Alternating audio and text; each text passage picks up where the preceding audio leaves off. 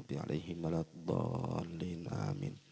Dan juga kita mari membaca Fatihah juga kita tujukan kepada saudara-saudara yang sudah membantu pembangunan pesantren Darut Tauhid Tahfidzul Quran Pondok Putri ini. Semoga yang telah membantu diberi berkah oleh Allah, dimudahkan seluruh kegiatannya, aktivitasnya oleh Allah.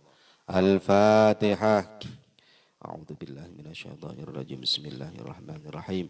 Alhamdulillahirabbil alamin arrahmanir rahim maliki yaumiddin iyyaka na'budu wa iyyaka nasta'in ihdinas siratal mustaqim. Shiratal ladzina an'amta 'alaihim ghairil maghdubi 'alaihim waladdallin. Amin. Bismillahirrahmanirrahim. Hari ini kita membahas masalah mengenai nasabnya anak zina. Anak dari hasil hubungan zina. Yang sebelum kita bahas anak ini hasilnya lari kemana nasabnya, maka kita harus punya pemikiran dan pertimbangan dulu. Pertimbangan yang pertama, kita menghukumi orang fikih, kalau kita kajiannya fikih, berarti yang kita hukumi lahiriah. Lahiriah artinya secara zahir. Lahiriah karena memang kita nahnu nahkumu bizawahir wallahu yahkumu bisarair. Kita menghukumi yang kelihatan mata, yang enggak kelihatan mata biar Allah yang menghukumi. Ini catatan yang pertama. Catatan yang kedua, para ulama itu dalam menghukumi masalah ini mengedepankan kehati-hatian. Mengedepankan kehati-hatian dan husnudon. Kemungkinan terkecil apapun oleh para ulama dianggap. Makanya kalau dalam menghukumi masalah anak zina ini, kemungkinan terkecil dianggap dengan anggapan yang baik karena husnudon. Husnudonnya didahulukan. Ini sebelum membaca keterangan dalam kitab ini kita nerangkan dalam kitab namanya Bughiyatul Mustarsyidin. Kemudian yang ketiga, kita harus memahami dulu, karena ada yang tanya nanti gimana kalau lewat USG. Kita menyerahkan semuanya kepada Allah karena yang tertahu dalam rahim kita itu Allah. Tahu dalam rahim kita itu Allah. Makanya ada yang tahu USG ini diketahui nih. Ini anaknya laki perempuan. Ini tidak bisa dibuat pijakan. Karena kalau kita melihat dalam Al-Quran, surat Luqman ayat terakhir itu 34. Innallaha indahu ilmus sa'ati wa yunazzilul ghaitha wa ya'lamu ma fil arham. Dan yang tahu di dalam rahim ini Allah. Jadi kalau USG itu bisa betul-betul 100% diketahui, anak saya ini sebelumnya dinyatakan perempuan.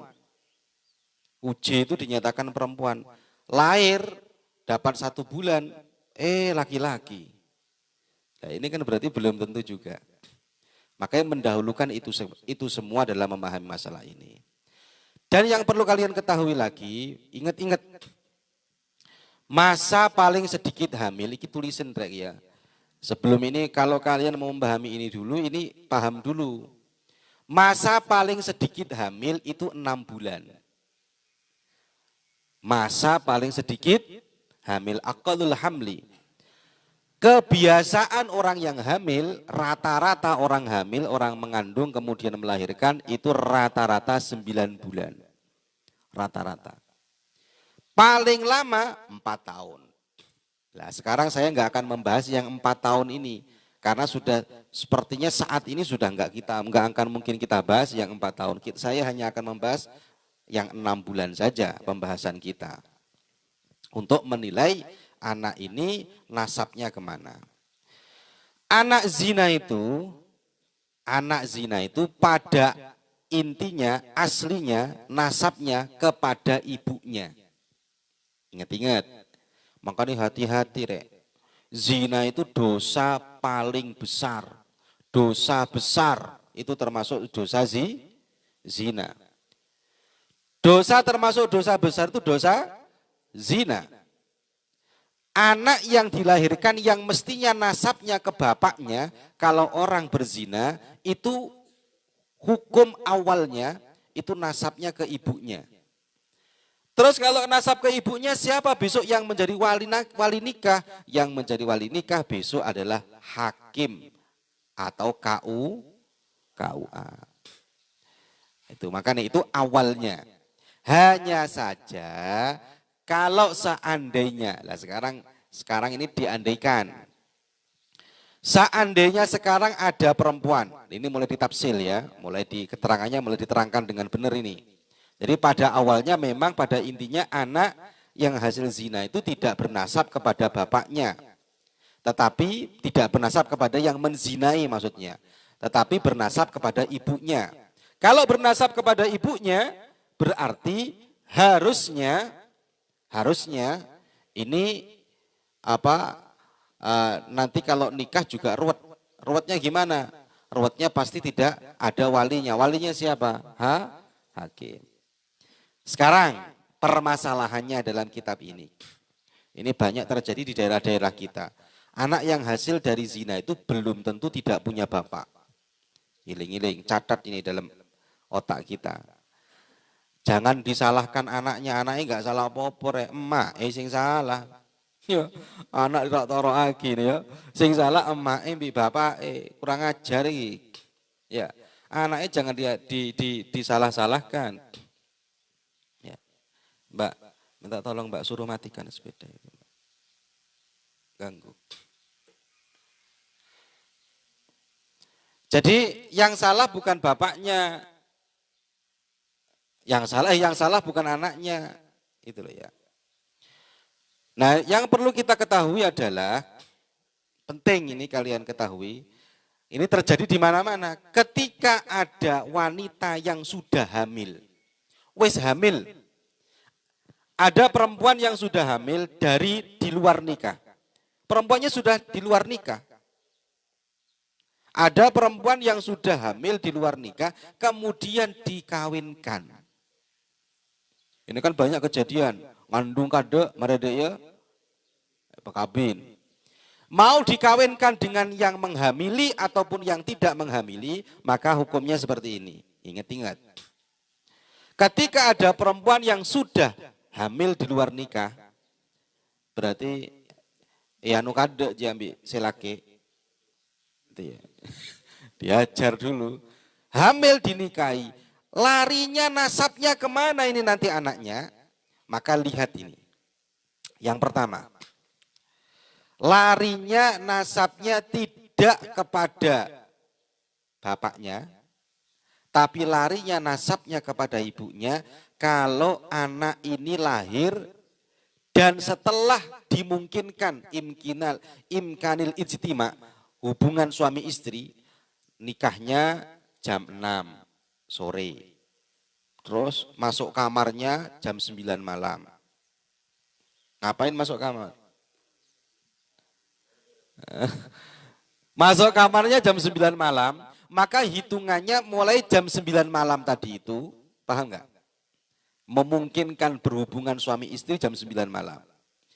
Jam 9 malam hitungnya mulai jam 9 malam. Nanti kalau lahirnya ternyata di dalam kandungannya dari hubungan suami istri itu tidak sampai 6 bulan. Oh 5 bulan sudah lahir. 5 bulan sudah lahir. Maka dia anaknya tidak bernasab kepada bapaknya, tapi anaknya bernasab kepada ibunya. Paham nggak Pak Rohim? Saya ulangi lagi. Kalau dari akad nikah yang sah, yang syar'i, qabiltu nikahaha, sama memungkinkan berhubungan suami istri, ya akad nikahnya jam 6. Dimungkinkan dimasukkan kamar jam 9. Ngitungnya mulai jam 9. Jam 9 dihitung, ternyata cuman 5 bulan dari masuk kamar tadi itu secara syar'i sudah sah, maka kalau tidak sampai 6 bulan tadi apa? Masa paling sedikitnya hamil. Maka anak itu tidak bernasab kepada ibunya, tidak bernasab kepada bapaknya, tapi bernasab kepada ini yang disebut dengan anak zina, anak yang tidak bernasab kepada bapaknya. Jadi lihat dulu anaknya lahir berapa bulan. Paham nggak? Paham nggak?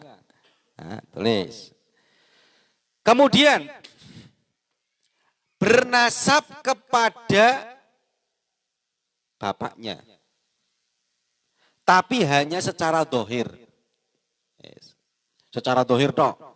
Secara batin bapaknya wajib ngomong ini bukan anak saya. Secara batin bapaknya harus ngomong ini bukan anak saya. Secara dohir anaknya dia. Jadi ono secara batin bukan anaknya, tapi secara dohir anaknya. Artinya kalau nanti dia mati bapaknya punya harta banyak, warisan dia tetap dapat. Karena secara dohir dia tetap anaknya bapaknya. Paham nggak? Nah, yaitu kapan? Ketika anak itu lahir 6 bulan, tetapi tidak diapa-apakan setelah akad nikah. Contoh, ada orang masih hamil 1 bulan, dinikahkan, jepret sama seorang laki-laki. Laki-laki itu habis nikah sakit gigi. Sakit gigi. Sampai anaknya lahir tidak diapa-apakan. Urusan hubungan suami istri itu kan urusan batin, urusan tidak kelihatan. Masa kamu ada orang hubungan suami istri, congokmu, mari hubungan apa njok deh kan? Kan enggak. Iya kan? Yang tahu kan suami istri tadi itu hubungan apa tidak. Paham enggak? Paham enggak? Maka secara zahir, karena akadnya dari akad sampai melahirkan sudah 8 bulan, secara batin dia bukan anaknya. Wong mulai dari akad nikah sampai lahir enggak diapa-apakan kok. Maka bapaknya wajib ngomong, ini bukan anak saya. Wajib muntafin, dia wajib mengatakan bukan anaknya. Karena enggak diapa-apakan, mau jadi anaknya gimana wong enggak diapa-apakan. Habis nikah, nggak diapa-apain, punya anak dia. Ya nan grandong. Anaknya grandong. Anak lampir. Paham Pak Rohim? Nah. Tapi secara dohir kok anaknya iya, karena dihitung setelah akad nikah, dia akad nikahnya sah. Dari akad nikah sampai lahir ada 8 bulan. Maka dohir anaknya, batin bukan anaknya. Yang terakhir, yang nomor 3, anaknya 100% wajib dia mengakui anaknya dan dia dosa besar kalau itu tidak dianggap anaknya. Yaitu apa? Ada perempuan wis hamil, ini wis hamil. Perempuannya sudah hamil di luar nikah. Kemudian dikawinkan. Setelah dikawinkan, hubungan suami istri. Hubungan suami istrinya akadnya jam 6, jam 9 masuk kamar, kemungkinan hubungan suami istri dihitung mulai jam 9, ternyata sudah berumur 7 bulan kandungannya.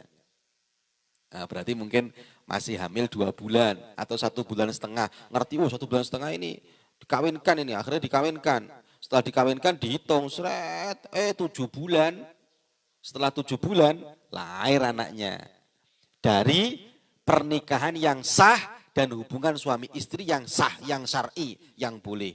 Anaknya lahir, maka anak itu wajib dinasabkan kepada bapaknya. Besok yang jadi wali nikah bapaknya. Bukan lagi dianggap anak zina. Paham gak Pak Rohim? Paham Pak? Belum? Nah ini yang dosen aja gak paham. Gak boleh sih gak dosen saja tak paham. Ya, tak ulangi. Yang terakhir. Ada orang yang terakhir nasab kepada bapaknya. Nasab kepada bapaknya, suami. Si A ini nikah dengan si B, B-nya perempuan. B-nya sudah hamil. Setelah nikah, malamnya terus masuk kamar, berarti imkanul ijtima. Memungkinkan karena malam sudah 6, terus malam masuk kamar mungkin melakukan hubungan suami istri. Jam 9 dihitung. Sampai lahirnya mulai jam 9 tadi, jadi yang mulai hitungannya bukan mulai akadnya ya, tapi mulai hubungan suami istrinya. Dihitung ini, lahirnya kok ternyata 7 bulan lebih. Wah 7 bulan ini lebihnya sudah. 6 bulan lebih kok 7 bulan lebih, 6 bulan lebih. 6 bulan lebih sudah nih lahirnya. Lahir ternyata 7 bulan. Maka wajib anak ini dinasabkan kepada bapaknya, tidak dinasabkan kepada ibunya. Berarti besok yang jadi wali nikah ya bapak mati ya dapat oleh warisan dan lain sebagainya. Lah makanya jangan gampang kita ngomong. Syariat ini hati-hatinya ulama-ulama zaman dulu luar biasa. Karena aqdul hamli paling sedikitnya hamil itu 6 bulan, kok ada perempuan walaupun anak zina, walaupun dia sudah zina dulu, dosanya zina urusan dia. Paham enggak? Dosanya zina urusan dia. Dia yang dosa, besar dosanya zina. Bahkan dikatakan para ulama, besok di neraka itu penduduk neraka pusing semua karena ada bau yang tidak sedap. Sak neraka itu bau semua. Ternyata bau itu muncul dari kemaluannya orang yang zina. Sak neraka mambu kabere. Hati-hati kita. Urusan apa sih? Zina. Urusan dosa zina biar ditanggung dia. Tapi bagian kita menghukumi dengan hukum agama Islam, dengan hukum Al-Quran, dengan hukum cara yang